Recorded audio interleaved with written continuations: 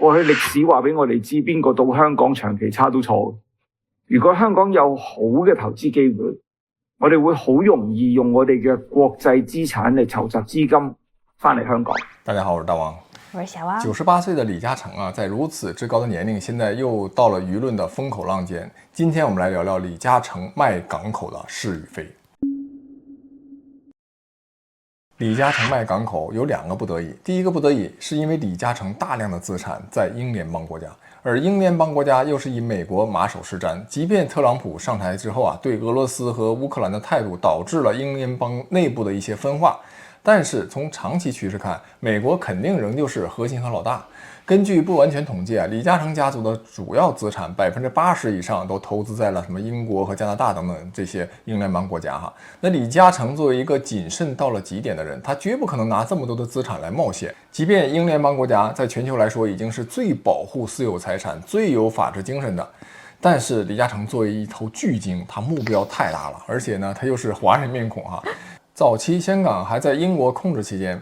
李嘉誠肯定跟港督政府有非常多的聯繫，這期間呢，他肯定是既賺了不少錢，也受了不少氣。他一方面只敢把最多的資產轉移到這些英聯邦國家，一方面啊，又肯定又得時刻提防啊。對於任何有風險大的事情都盡量要回避。所以當美國發話，那李嘉誠不得不12萬分小心了。那麼當貝萊德又跳出來說可以接受這個資產的時候，那他甩掉這個中美都關注的燙手山芋，對於極度厭惡風險的李嘉誠來說就毫不奇怪了。而且大家發現沒有，雖然你看德國它也是歐洲的最重要也最強大的工業國家，但是居然李嘉誠不在德國投資，從這裡就可以看出李嘉誠是多麼謹慎哈。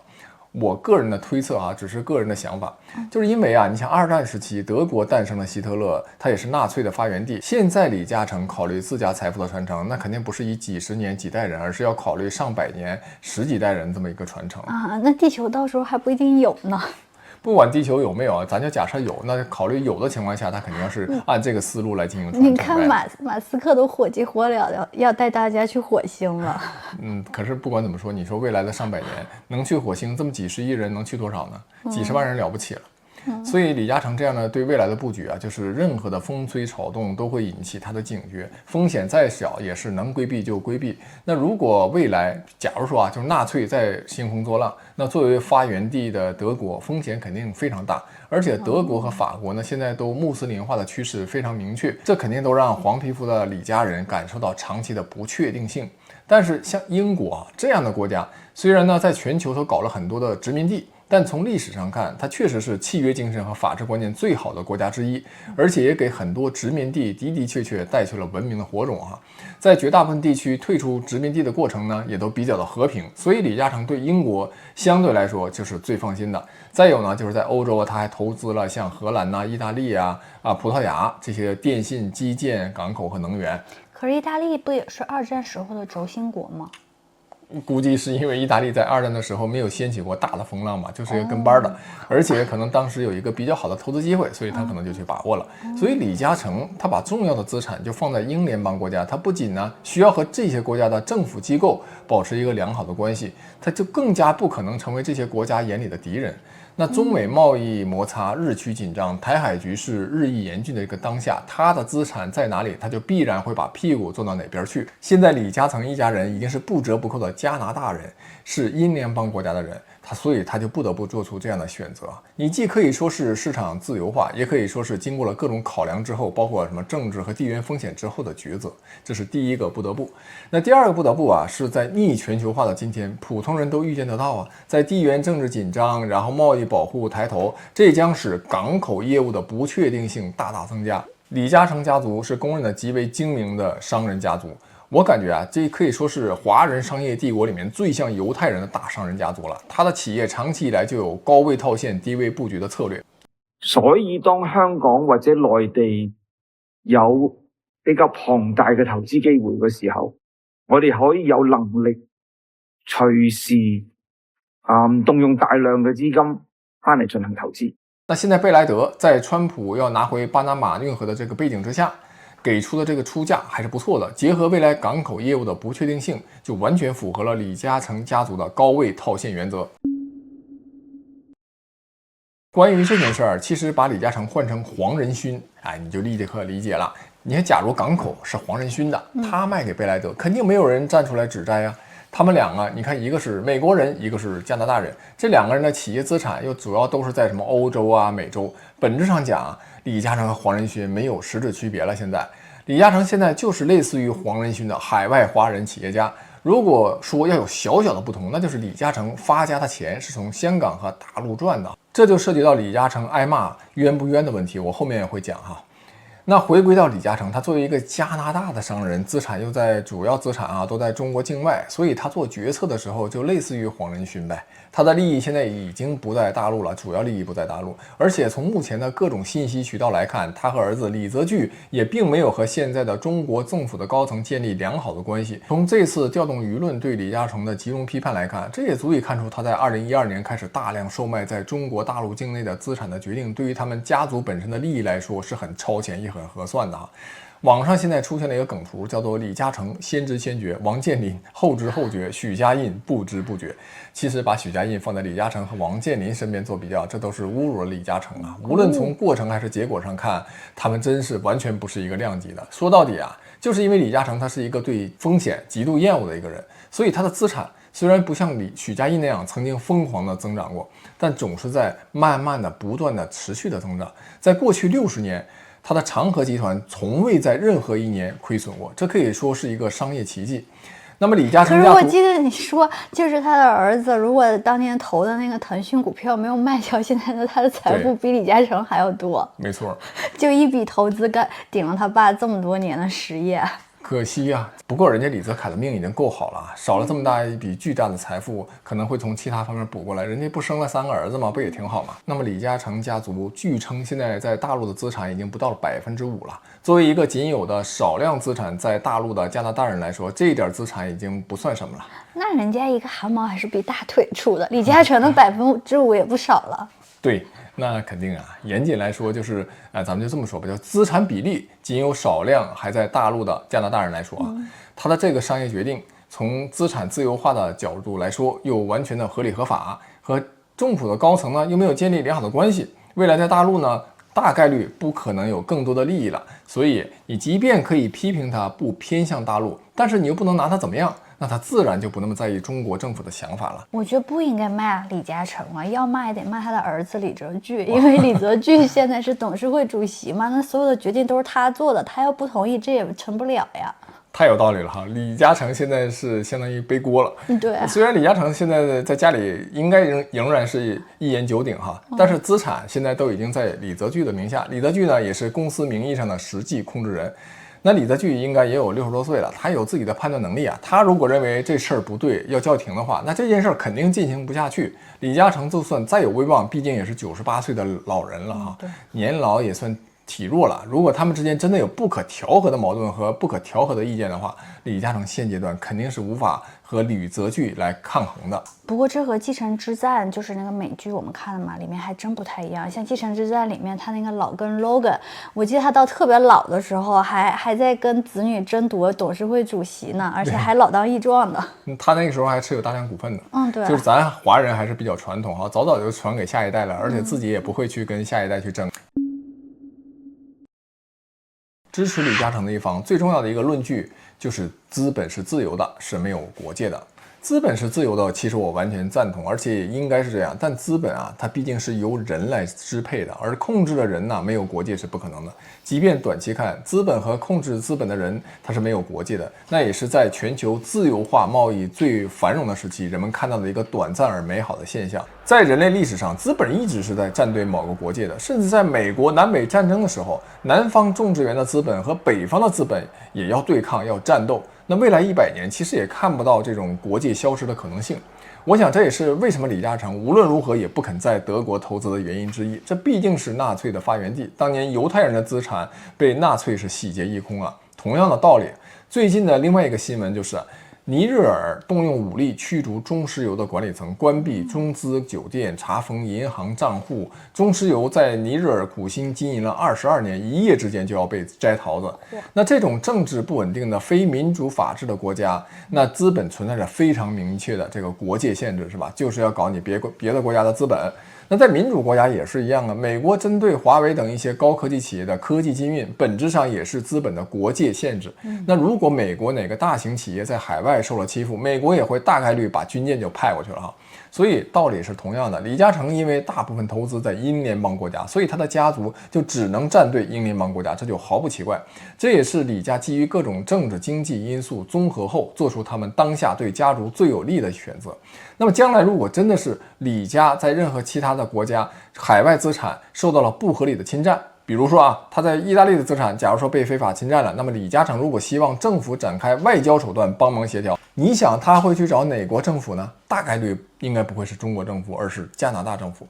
所以说到这里，大家就应该明白了，其实李嘉诚他家族是加拿大人了，他们的资产和加拿大这个国家的关联度是更高的，而不是中国。有人传2015年的时候，中国大陆国资背景的财团曾经出价要收购李嘉诚的港口业务，但是被李嘉诚拒绝了。这只是小道消息没有证实。但是有人就拿这个消息作为对比，说是现在卖给美国的贝莱德是低价售卖，也就是说李嘉诚宁可低价卖给美国的财团，也不肯高价卖给当时大陆的中国的财团这就是李嘉诚不爱国的依据就这么传这个说法。那先不说李嘉诚已经是加拿大人了，已经不好定义这个爱不爱国、爱哪个国家的问题了。咱就单从商业利益上来看，2015年的时候，川普还没有上台，那个时候全球的自由化贸易正是如日中天，那么港口业务未来的潜力巨大。而李嘉诚即便目光如炬，想必也无法看到在几年之后川普上台之后逆全球化的一个趋势。所以那个时候港口业务未来的增值空间应该是巨大的，而不是像现在恰恰是看衰的。所以如果这件事是真的，我觉得李家2015年不卖，2025年便宜卖，这个决策从商业利益角度来看也没有什么问题因为2015年那个时候是一个上升期，那港口业务不卖可能会增值更多呀。那对于李嘉诚的指摘，其实说得上有理由的，主要就是李嘉诚发家的财富就是从香港和中国大陆来获取的，这是和黄仁勋不一样的地方。他投资欧洲、北美的这些钱，前期主要就是来自于香港和大陆的生意。比如2004年的10月，和记黄埔呢以21.35亿元人民币取得了成都高新区的一块土地。那么2020年的7月，李嘉诚就将这个项目以78.47亿元的价格就卖给了宇宙集团和成都瑞卓置业有限公司。这一笔交易就给长实集团带来了大约38亿港元的未经审核收益。那既然他是一个华人，之前在取得加拿大身份之前也是香港人，而且又从中国人的身上赚了这么多的钱，那么在他遇到难题，也就是川普扬言要控制巴拿马运河的港口的时候，如果美国控制了这个港口，显然会对中国的利益就会受损。具体怎么受损我后面会谈。那么中国利益受损，美国占便宜，那这种交易他卖给了美国一方，所以即便合理合法，但不合情。而中国人又是最讲究情分的，他承受一些骂名，但实际利益方面得到了保障，那我觉得也不算太冤相比一些企业家的遭遇，如果只是挨骂，这已经是很好的结局了，更何况李嘉诚之前没少挨骂。有报道说在真正的香港人的眼中，这李嘉诚实际上是慢慢从一个城市的英雄变成了一个压榨者和剥削者。梁文道在窦文涛的一个节目里面就说李嘉诚原来呢从英资机构手里收购了和记黄埔，那是非常了不起的一个成就，所以香港人将他称为李超人。那个时候李嘉诚那绝对是香港人真正敬佩的一个英雄。以前香港人总是觉得就是我们对有钱人也不应该什么羡慕嫉妒恨，因为他们全是靠自己的本事挣的钱。但是后来随着香港的地价越来越贵，房租越来越贵之后，香港人慢慢就觉得已经很难摆脱有钱人继续有钱，穷人继续穷的这个局面。比如说香港一些做小生意的，你说卖菜什么小餐馆、便利店等等，开始都还挺好但是随着香港的超级富豪们控制了房地产，这个越炒越高，慢慢他们就付不起这么高额的租金了，那业主呢也就会把他们赶走。那这样的事儿呢，就直接影响了他们的生存问题，生意不好做了，想做大更难。那最后香港人只能沦为李嘉诚等等几个超级富豪的打工仔。中国大陆各种创新企业不断涌现，香港近几十年却只有几个超级富豪的企业越活越好，根本没有任何创新企业有生存的空间。这样的情形就让香港人普遍认为是李嘉诚等人对市场的垄断造成了现在的现状。那李嘉诚这些超级富豪就是对香港人进行什么压榨剥削的资本垄断者。至于香港人是否真的有这个感受，如果有香港的朋友你可以讲一讲在评论里面跟我们谈一谈。其实我对这段评论有个不同的看法，那就是香港的早期繁荣，其实很重要的一个原因是源于中国大陆在改革开放前后那段时间，香港是最美妙的一个时光。香港呢就成为大陆和世界连接的当时的一个桥梁。在1950年代到1970年代，由于大量的内地的资本家和工人南下，那香港就迅速成为了出口导向的制造业的一个基地，包括什么纺织啊、玩具啊、电子等等行业就兴起了。同时呢，作为英国殖民地，那香港实行了自由贸易政策，没有外汇的管制，就吸引了大量的国际资本的流入，逐步就发展成了亚洲的重要的金融中心，慢慢的也成为了连接东西方的门户。香港就成为亚洲最繁忙的港口之一，就依赖转口贸易迅速发展。在大陆改革开放初期的1978年到1990年代，当时中国大陆经济尚未完全对外开放，那香港就成为了外资进入中国的重要的窗口，许多跨国企业通过香港来投资内地。那就有一些像李嘉诚这样的香港富商，先从诸如什么塑料花这样的制造业起家，然后在房地产发家，再然后因为香港又成为了金融中心，通过金融市场获取了丰厚的利润，比如像刘銮雄这样的股市炒家。那在香港呢，又成为了大陆乃至亚洲的门户的时候，那李嘉诚这样更有实力的呢，就是通过控制港口啊等等，从而从巨量的这个国际贸易中又获取了大量的利润。香港的成功经验也就让李嘉诚就为什么热衷于在全球去控制港口，我估计也是因为他当时看到全球化时代到来港口的潜力。所以这一批香港富豪主要是从中国大陆改革开放崛起的早期赚取了巨额的金钱。由于香港占据了金融和港口门户等巨大的优势，从这里面他们就发家了。而普通人呢，除了能够投资当时香港繁荣的股票市场之外，还能获得一些高薪就业的机会之外，基本上也就只能喝点汤哈，他们没法吃到大肉。时代红利确实主要是被香港的这些目前的超级富豪几大家族分享了，但这并不是由于他们当时垄断而是因为这少部分人他们抓住了时代的红利，当时敢想敢干。其实他们当时也是冒着巨大的风险的。就比如说你看上个世纪60年代，受到中国大陆文革的影响，香港经济大受影响，资本外流，地价暴跌，许多地产商因为资金链断裂被迫抛售土地和物业。那个时候地产的物业的价格非常便宜，所以即便普通人他有机会买入一些地产和土地和物业等待升值，但是这个时候就是大家都不敢买。那你看这个时候李嘉诚他还不是地产大亨，他还是在做什么塑胶花的生意呢，他就敏锐地察觉到了这个地产市场的机会。在许多人疯狂恐慌抛售的时候，李嘉诚大量收购廉价土地，尤其是港岛、九龙和新界一些黄金地段。他呢就相信香港经济最终会恢复，采取了低价收购、耐心持有的策略。他的这个操作最终成为了他成为最终超级富豪的最重要的里程碑。这就像是在互联网和移动互联网时代那中国美国也是少部分人暴富，大部分人仍旧无法抓住这个时代红利一样我们现在正在经历的人工智能时代也是一样，只有极少数的人能抓住这波机遇。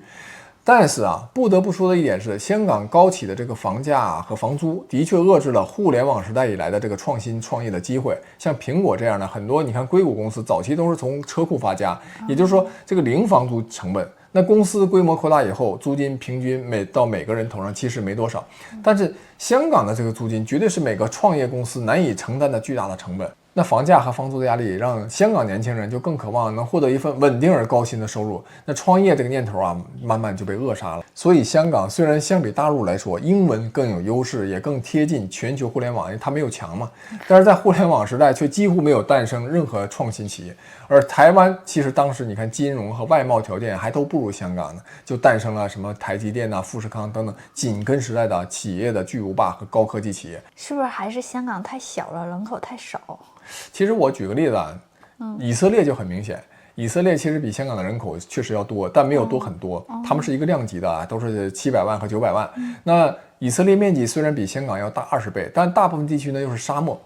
但是呢，以色列就诞生了非常多的创新公司，而且以色列的这个地理位置还远不如香港它并不是金融中心，也没有背靠中国大陆广大而便利的市场，所以我觉得确实是香港高昂的生活成本严重就压制了创新的可能性，而且又因为当时香港作为大陆通往世界的一个门户嘛，就可以非常方便的赚很多快钱、赚省力的钱的机会，这就有点像石油资源非常丰富的国家都不思进取，就不会去踏踏实实沉下心去发展科技和制造业一样。这是秃头上狮子明摆的事儿哈，我就简要结束了。中国目前你看仍旧是世界工厂，如果中国经济要走出泥潭，最重要的就是外贸的恢复，而港口就是外贸的运输的咽喉。据说美国政府计划对停靠美国港口的中国船舶收取特别费用。那么一旦美资接手了长河售卖的港口业务，只要美国一声令下对中国船只收取特别费用，这就必然大幅提升中国外贸的成本。美国贸易代表办公室在2025年的2月就提出了一个建议，计划对进入美国港口的中国船只征收高达150万美元的费用。很显然，现在中国招商局现存的海外港口都已经成为战略资产了。然后原来认为老李家的巴拿马运河港口呢，也算是中国虽然不拥有，但是可以指挥的战略资产的一部分。现在看来这个指望泡汤了。所以说，李家的港口的出售必然影响中国大陆的整个的外贸成本，对于中国制造的竞争力产生明显的削弱。如果将来地缘政治问题更加突出，导致一些港口甚至不让中国的船只靠港，那这都有可能发生的。所以中国政府对这件事非常恼火，也是不出意外的。其实显然有更好的解决办法，其实就是参考 TikTok。TikTok 呢也是注册在新加坡的公司，创始人张一鸣原来是大陆人，现在也移居新加坡。这个情况跟李嘉诚就都很类似。面对美国要求的不卖就进的做法，字节跳动并没有立即同意卖出，而是采用了2招应对。一招呢是雇佣豪华的律师团队，第2招呢是获取美国用户的支持。而正因为前2招应对得当，咱也不知道他底下有没有跟中国政府进行沟通，反正效果上看就是中国政府和民间的舆论都支持字节跳动的抗争。所以像李嘉诚他们完全可以先和中国政府先沟通一下，表明他们的无奈以及作为商人他们的利益所在，或许呢他们能够获得一定的补偿或者支持。即便最后他们卖出了港口仍旧是卖给贝莱德，相信也不会引起官方的如此的反弹。有人可能就会说啊，这是人家的自由，人家就不沟通能咋的？资本是自由的，这也是人家的海外资产，人家有处置的自由。从法理上讲，这样是没有任何问题的。但是就像我前面讲，李嘉诚呢，作为从中国大陆和香港赚了很多钱的华人，他跟黄仁勋的不同点就在于，黄仁勋很小就去了美国，他所有的发家过程都是在美国发生的，所以黄仁勋可以完全不 care 来自于中国大陆和香港的声音。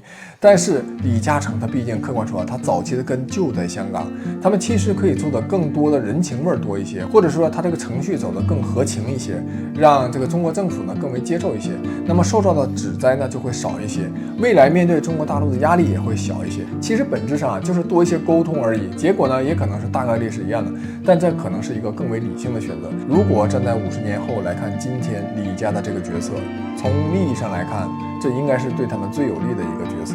只不过暂时要忍一忍舆论上对他们不利的一些言论吧。本期就讲